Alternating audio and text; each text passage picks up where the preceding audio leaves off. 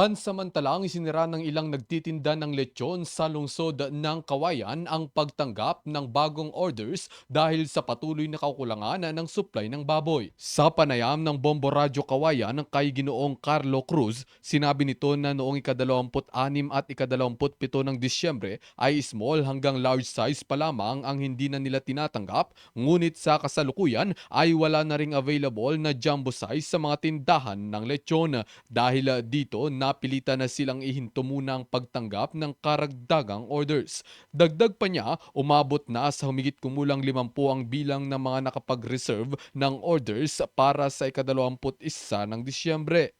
Dagdag pa niya, umabot na sa humigit kumulang 50 ang bilang ng mga nakareserve na orders para sa ika-31 ng Disyembre. Anya, inuuna muna nilang matugunan ang mga naunang reservations bago tumanggap ng panibagong customers. Dahil sa patuloy na kakulangan ng supply ng baboy, hindi rin masisiguro ng ilang nagtitinda ng lechon kung makakapagpatuloy pa sila ng supply pagsapit ng ikalawa ng Enero. Ganito ang bahagi ng pagpapahayag ni Ginoong Carlo Cruz.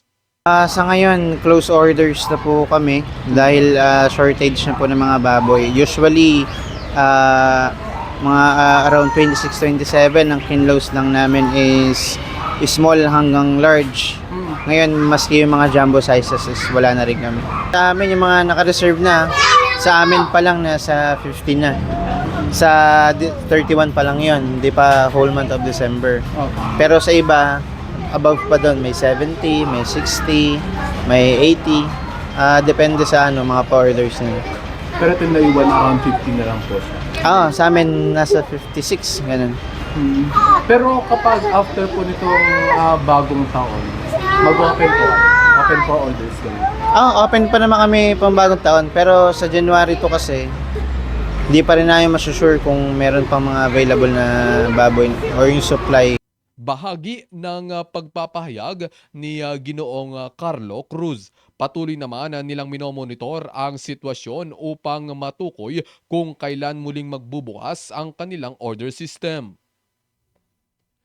At yan ang ating ulat mula rito sa lungsod ng Kawayan. Ako si Bombo Harold Apolonio. This is Bombo Radio Philippines, the #1 and most trusted source of news and information. Basta Radio, Bombo!